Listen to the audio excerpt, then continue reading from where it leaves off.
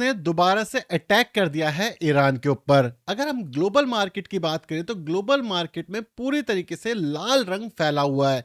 Brent crude देखेंगे तो Brent crude के अंदर लगातार गिरावट आ रही है और सोने और चांदी के अंदर 40 से लेकर के 25% का करेक्शन ऑलरेडी हो चुका है। रिटेल इन्वेस्टर परेशान है कि सोना चांदी दिला दिया, अब करना क्या है, शेयर बाजार क्यों गिर रहा है, इंडिया का भी अब बाहर का भी, ये सब जानेंगे और मंडे के लिए करेंगे तैयारी, क्योंकि जो सैटरडे संडे होता है ना, ये बड़ा कलेशी टाइम होता है। मेरा नाम है अभिषेक उपाध्याय, आप देख रहे हो कॉफी थिंकर्स। शुरू करते हैं वीडियो। सबसे पहले बात करते हैं, यूएस ने अटैक कर दिया ईरान के ऊपर। तो जो यूएस है वो ये कहता है कि ईरान ने एमओयू के जो टर्म्स थे जिसके वजह से ये डील साइन हुई थी वो तोड़ दिए और इसी वजह से यूएस ने अटैक कर दिया। और ये भी बोला कि जब जब एमओयू के टर्म्स को पूरी तरीके से फॉलो नहीं किया जाएगा तब तब ईरान को ये चीज फेस करनी पड़ेगी। अब जैसे ये चीज सामने आती है सब में हड़कंप, और होना क्या था, होना वही था कि हर कोई ये सोच रहा है कि अब बाजार मंडे को कैसे तबाही की तरह नीचे खुल सकता है। लेकिन यहाँ पे एक और इंटरेस्टिंग चीज ये है कि आप लास्ट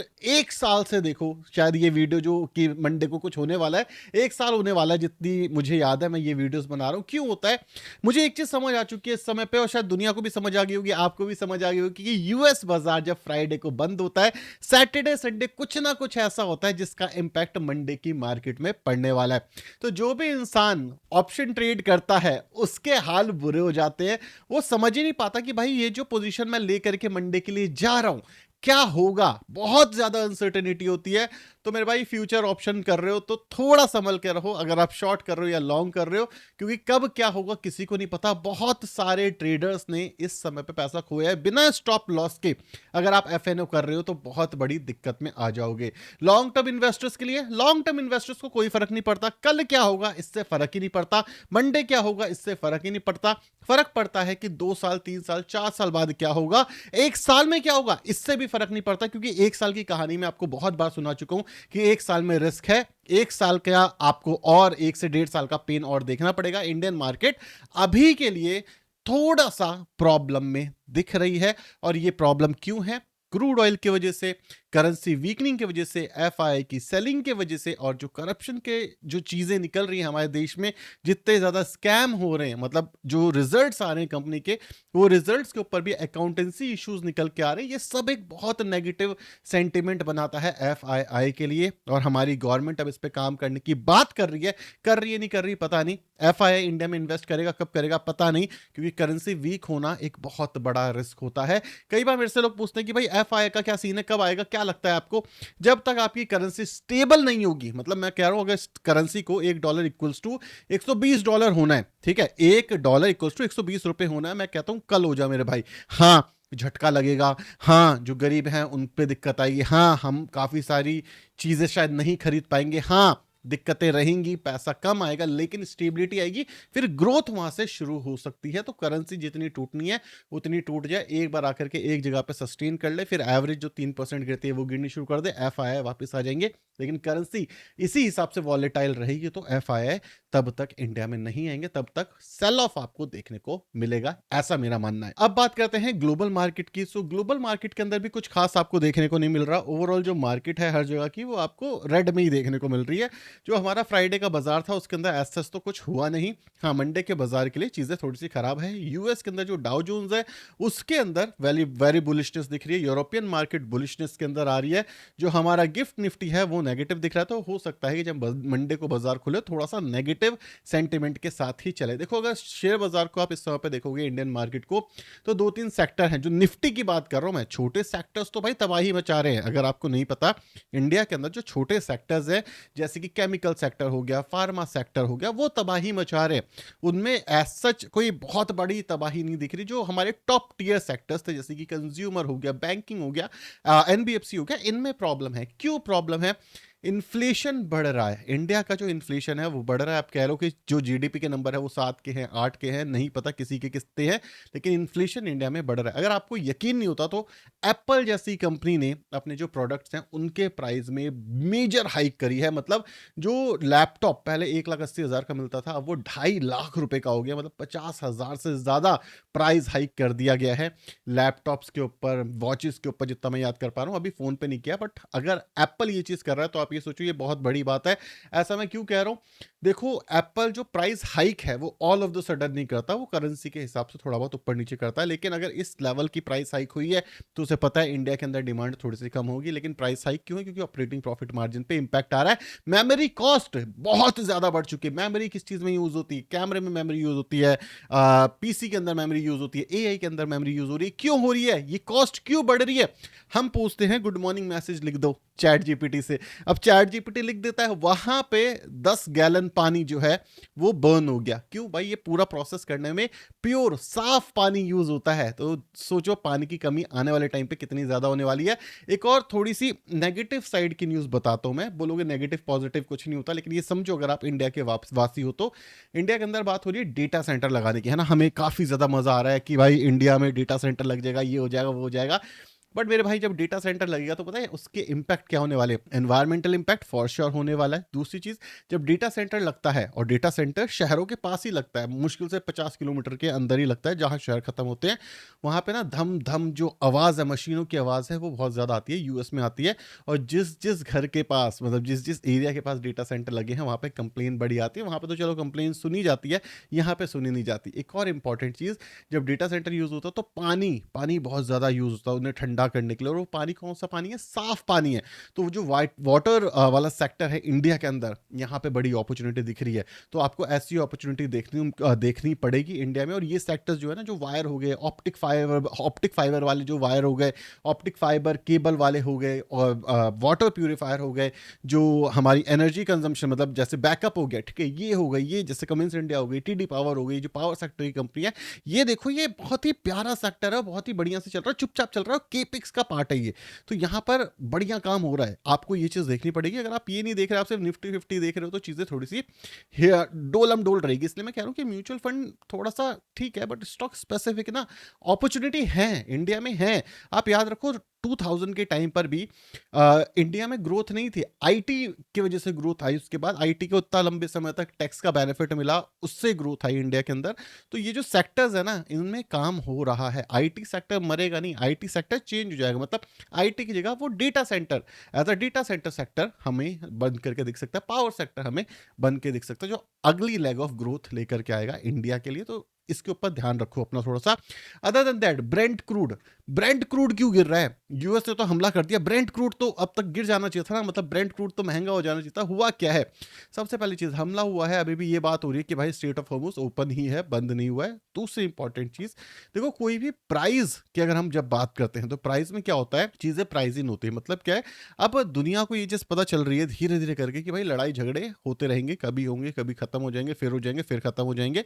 तो ये चीज अब प्राइस इन हो रही है। और एक बार जब प्राइस फॉल होना शुरू हो जाता है, मतलब जब भी आप पिछले 10 साल का भी चार्ट देखो, जब एक बार प्राइस फॉल होना शुरू हो जाता है तो बहुत ज्यादा स्पाइक नहीं आती। देखो यहाँ पर भी प्राइस जब 2018 में भी प्राइस गिरा था तो एकदम स्पाइक नहीं आती। और $70 पर बैरल तो एक स्टेबल प्राइस हम मान सकते हो। अगर आप $60 तक चले जाओ, जो बेस्ट प्राइस था, मतलब इस वॉर से पहले $59 $60 पर बैरल, तो बेस्ट प्राइस हो जाएगा। लेकिन अब जो प्राइस गिर रहा है, मोस्ट प्रॉब्ली थोड़ा बहुत स्पाइक आ जाए तो आ जाए, वरना प्राइस गिरता हुआ दिखेगा। क्या इस प्राइस से कोई फर्क पड़ेगा? हाँ, फर्क पड़ेगा, आने वाले टाइम पे फर्क पड़ेगा। लेकिन आप ये समझो जो इंपैक्ट हो चुका है ऑलरेडी, इंपैक्ट क्या हो चुका है?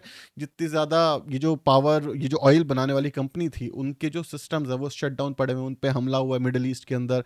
ये जो स्ट्रेट ऑफ हॉर्मुज है, इसको खुलने में भी 1 महीने का टाइम लगेगा कम से कम, पूरी तरीके से ऑपरेशन होने में, जहां पे आप पूरी तरीके से निकाल सकते हो। जो इंश्योरेंस कॉस्ट है वो बढ़ गई है। तो जो महंगाई बढ़ गई है, ये तो झेलना पड़ेगा आपको, इससे आपको कोई नहीं बचा पाएगा। तो अगर आपको ये लग रहा है कि 1-1.5 साल में चीजें सही हो जाएंगी, भाई 1-1.5 साल बड़ा मुश्किल वाला समय है।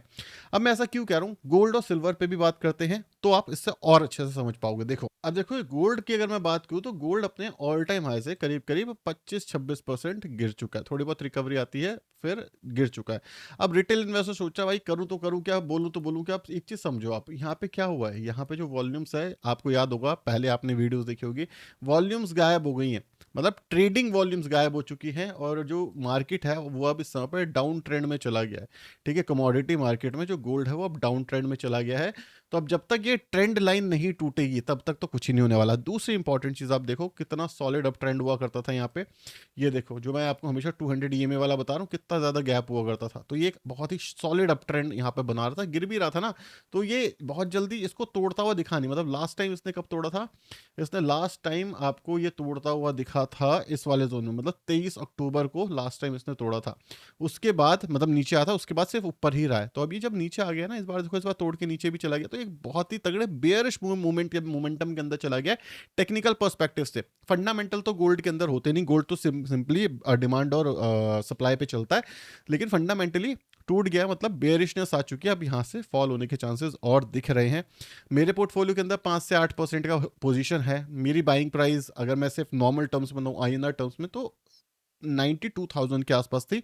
तो आज भी मैं अच्छा खासा प्रॉफिट में हूँ। और गोल्ड एक ऐसी चीज़ है, देखो लॉन्ग टर्म में चीज़ें हो जाती है, इन्फ्लेशन को हेज करने में मदद करता है, शादी ब्याह और भी 100 चीज़ें होती है, इसका फायदा होता है। तो गोल्ड मेरे हिसाब से कोई दिक्कत नहीं है। सिल्वर यहाँ पर फंस गया, ठीक है। अब सिल्वर का क्या गेम था, ठीक है, सिल्वर को रेयर मिनरल की बात हो गई थी, भाई अमेरिका ने रेयर मिनरल में बना दिया है।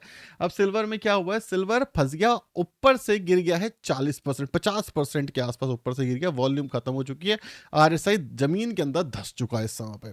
अब क्या ये पहले हुआ है? हाँ भाई, पहले भी हुआ है। आप देखोगे क्या ये और नीचे जा सकता है? भाई देखो 20-30% तो गिर जाता है, और डबल ही गिरता है, डबल चढ़ता है तो डबल गिरता है। लेकिन यहाँ पर भी एक चीज आ गई है, जो RSI है ये बहुत ज्यादा, सॉरी RSI बहुत ज्यादा नीचे है, और 200 EMA भी टूट चुका है, मतलब बेरिश मूवमेंट के अंदर है।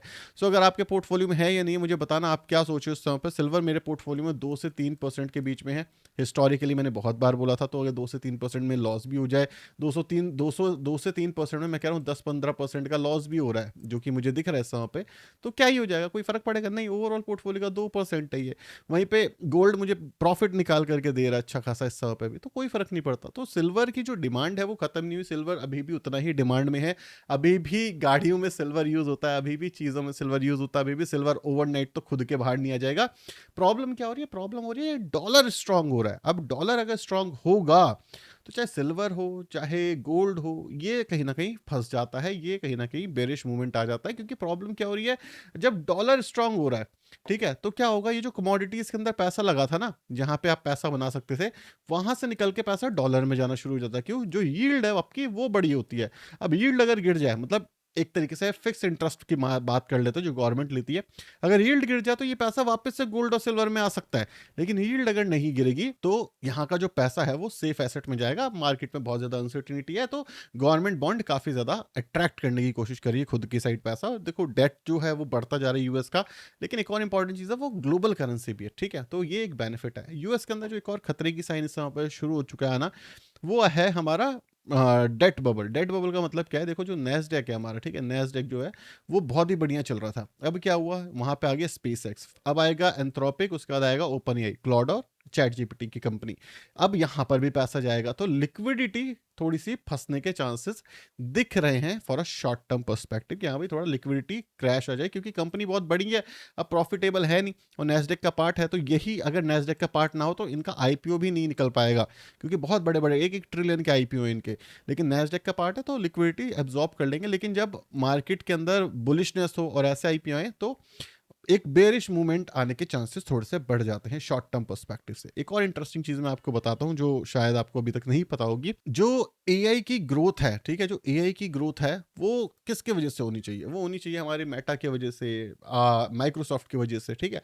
अब माइक्रोसॉफ्ट एक एक एम्प्लॉय पे 2-2, 3-3 लाख रुपए खर्च कर रहा है एआई टोकन के अंदर। मतलब क्या है कि एआई टोकन सस्टेनेबल नहीं है भाई। इंडिया के अंदर 2 लाख रुपए सैलरी होना बहुत बड़ी बात है लोगों के लिए, है ना। अब 2 लाख रुपए सैलरी, क्या कोई कंपनी 2 लाख रुपए के टोकन बर्बाद करेगी अपने इंजीनियर्स के ऊपर? नहीं करेगी, चाहे आप कितना भी प्रोडक्टिविटी बढ़ा लो अपनी।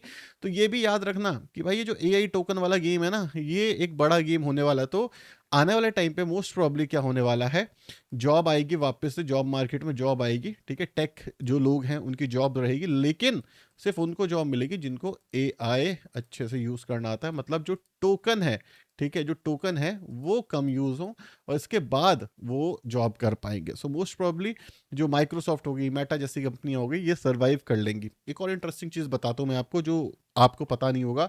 चाइना में भी एआई की ना काफी सारी कंपनीज बन रही हैं, लेकिन उनको फंड कौन कर रहा है? उनको चाइनीज गवर्नमेंट फंड कर रही है। ऐसा नहीं टेंसेंट जो कि वहाँ की गेमिंग कंपनी है और बहुत बड़ी कंपनी है वो फंड कर रही, नहीं, वो इतना पैसा नहीं लगा रही उन कंपनीज में, गवर्नमेंट फंड कर रही है। और यूएस के अंदर जो कंपनीज हैं उनको कौन फंड कर रहा है? उनको बड़े प्लेयर जैसे गूगल, मेटा, माइक्रोसॉफ्ट फंड कर रहे हैं। तो ये फंडिंग कब तक चलेगी, ये क्वेश्चनेबल हो जाता है। जैसे अब अगर नैस्डैक के अंदर ये तीनों कंपनीज आ गई तो फंड कौन करेगी? अब जो माइक्रोसॉफ्ट है, मेटा है, amazon है, ये तो फंड करेंगी ही थोड़ा बहुत पैसा, लेकिन आपके और मेरे जैसे जो रिटेल इन्वेस्टर हैं जो कि नैस्डैक में इन्वेस्ट कर रहे हैं, वो भी अब इन कंपनीज को फंड कर रहे हैं। मतलब गवर्नमेंट अगर जब रिटेल इन्वेस्टर भी फंड कर रहा है, बड़ी कंपनियां भी फंड कर रही है, और गवर्नमेंट भी पैसा कह रही है कि डालते हैं, जैसे इंटेल के अंदर गवर्नमेंट ने काफी पैसा डाला, यूएस की गवर्नमेंट ने, तो इसके पास तीन बड़े ऑप्शन हो गए। और चाइना में अभी सिर्फ गवर्नमेंट फंड कर रही है, अभी कोई उनका आईपीओ आया भी नहीं है, लेकिन जो चाइना की कॉस्ट है वो बहुत ज़्यादा कम है, तो वो सस्टेनेबल बिजनेस है। तो एंड ऑफ द डे अगर मैं सिर्फ एआई की भी बात करूँ, डेट की भी बात करूँ, तो मुझे ये लगता है इन सम टाइम, जो सम टाइम का मतलब है 2-3 साल कम से कम, ठीक है, कि जो एआई की जो नॉर्मल कॉस्ट है, ठीक है, जैसे ही ये सेटल होगी ग्रोथ फेज के बाद, जो कॉस्ट है वो नीचे आएगी, टोकन की जो कॉस्ट है वो नीचे आएगी, और इसके बाद जो प्रोडक्शन है वो ऊपर जाएगा और चीज़ें बैक टू स्क्वायर वन आ जाएगी। हाँ, लेकिन उससे पहले क्या होगा? उससे पहले अगर फंडिंग में थोड़ी सी भी दिक्कत आती है तो एक ब्लास्ट होएगा, एक क्रैश आएगा। अब अगर आप ये सोचो कि भाई मैं क्रैश के बाद इन्वेस्ट करूंगा, तो मैं एक और इंटरेस्टिंग कहानी सुनाता हूँ आपको। जब डॉट कॉम बबल के अंदर ना, डॉट कॉम बबल के अंदर एक क्रैश आया था, तो वैल्यूएशंस हाई थी। अब वैल्यूएशंस हाई थी, वैल्यूएशंस कम होने में टाइम लग गया, तो बबल क्रैश होने के बाद भी 5 से 7 साल लगे थे वापस से सेम वैल्यूएशन और सेम ग्रोथ लाने में कंपनीज को। तो बबल आने से पहले पूरी ग्रोथ आपको मिल जाती, बबल आने के बाद 5 से 6 साल का कंसोलिडेशन पीरियड आता है कंपनीज के अंदर। मुझे लगता है माइक्रोसॉफ्ट, मेटा, amazon, गूगल जैसी कंपनियां लीड करेंगी यहाँ पे। ओपन एआई एक प्रॉक्सी प्ले की तरह काम करेगा, मतलब बेस लाइन वो बनाएंगी, उसके ऊपर प्रोडक्ट ये सारी कंपनी बनाएंगी, और मुझे लगता है लॉन्ग टर्म के अंदर ये 5-6 कंपनियां जो हैं ये दबा करके ग्रो करने वाली हैं। नेक्स्ट लेग ऑफ रैली के अंदर ये ग्रो कर सकती हैं। और इसी के साथ साथ याद रखना, एआई अपने आप में इतना प्रॉफिटेबल नहीं है, लेकिन अगर प्रोडक्ट के साथ एआई मिला दिया जाए तो फिर काफी प्रॉफिटेबल है। प्रोडक्ट के प्राइस भी बढ़ सकते हैं, जैसे एप्पल ने बढ़ा दिया, अब आने वाले टाइम पे ये सारी कंपनीज भी अपने सर्विसेज के प्राइस बढ़ा देंगी। सो तैयार रहो भाई। अगर आप तैयार नहीं हो तो दिक्कत है, अगर आप तैयार हो 5 साल 6 साल के लिए इन्वेस्ट करते रहो, ये बेस्ट टाइम है। Thank you.